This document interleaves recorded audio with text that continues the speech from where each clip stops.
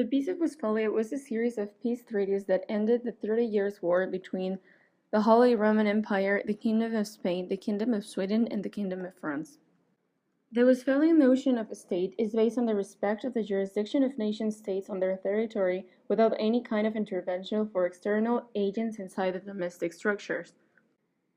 It is based on three principles: the principle of autonomy of states and right of self-determination, the equality among states, and the non-intervention in states.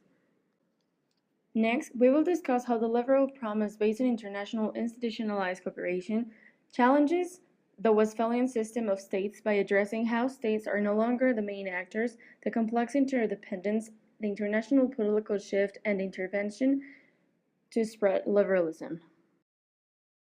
With the establishment of the UN in 1945, human rights have become a sector with huge importance within the international arena. But it's especially after the attacks of 9/11 that a singular interest has been shown towards non-state actors. As it already has been stated, the Westphalian system focuses on sovereignty, and by existing, these actors are interfering in its continuation. The work they perform, being it positive or negative, has a huge impact on international security, creating a space where they are sometimes above the power of the states, changing the previous power system. In order to comprehend this, it is important to first understand the part of the different international actors on the system. International organizations have a crucial role, being able not just to make recommendations, but also to enforce international law. They have a special influence over states and the possibility to enforce their decisions, talking about the UN, the ICC, ICJ, or similars.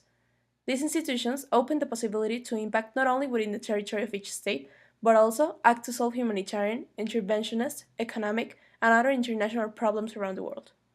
On the other hand, transnational criminal networks operate in these different states regardless of their borders.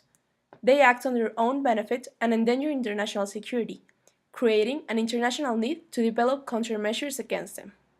Summing up, states are still an important part of the international system, but they are not the main actors anymore.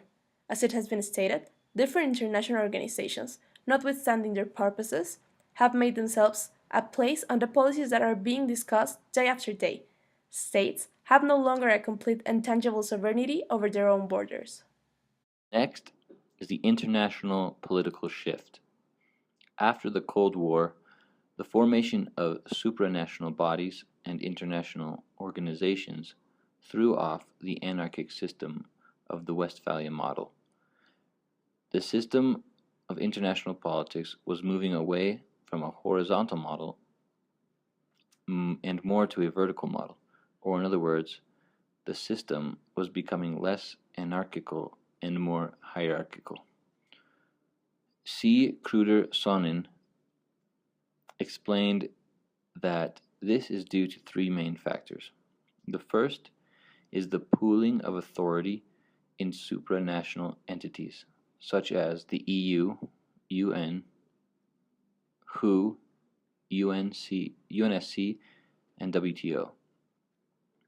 These entities act like pseudo-executive powers in which participating states lose the power to veto decisions based on majority votes, and thus are affected by decisions that they may not have agreed upon. Second, delegation. Authority is given to international organizations by states over specific internal issues across states. Some examples would be the World Trade Organization, international criminal courts, etc. Third, due to the first and second factors, intrusiveness is obviously inevitable. International organizations are becoming more and more involved in the internal issues of states. They have been allowed to intervene, influence, and assume authority over certain domestic matters. These three factors have contributed to the erosion of the Westphalian system by undermining its basic principles. Another reason why the Westphalian model is challenged by the liberal promise is because of what Robert Keohane and Joseph Nye describe as complex interdependence. This model describes the notion that states' destinies are unquestionably and inescapably tied together because of different aspects of the New World System. There are three characteristics which arise with complex interdependence. The first one is the increase of multiple channels of interaction between societies. Transgovernmental relations between governments and multinational companies are one example of this. This tendency defines the concept of state independence by questioning the traditional notion that governments are the only channels in which states can communicate with each other. The second one is the lack of a hierarchy of issues.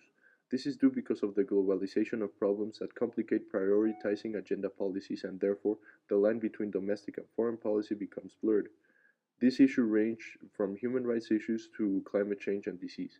The Westphalian model becomes conflicted because of the rise of within governments and across them to address these do not fit into the ordered model of one government interacting with another in regard to a specific agenda.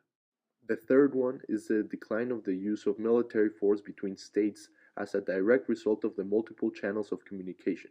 The traditional interaction between states in regards to power was the use of military force to define clearly the power relations between states and to resolve conflicts.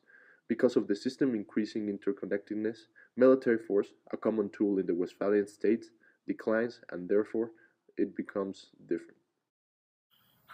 Followers of liberalism often support a spread of the Western model of social interactions, including a democratic government and open market.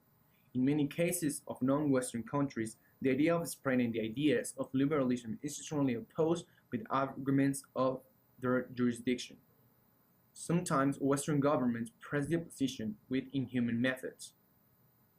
Cases like Bretton Woods show a clear confrontation of a global economic openness as an interface of international institutions versus a national ideas of states making a supremacy over these states.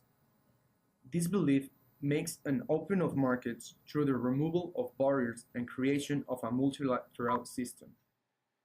In conclusion, the liberal promise, a new system of international organization, seems to dilute the traditional conception of the anarchical structure to that of the hierarchical structure.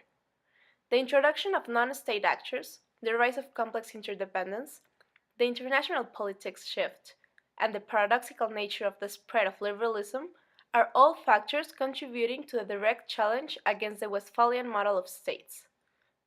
Will this eventually supersede the very nature of the modern state? Will we become supranational? These are the questions that policymakers around the world need to answer. The very nature of our social, political, and economical organization needs to be questioned.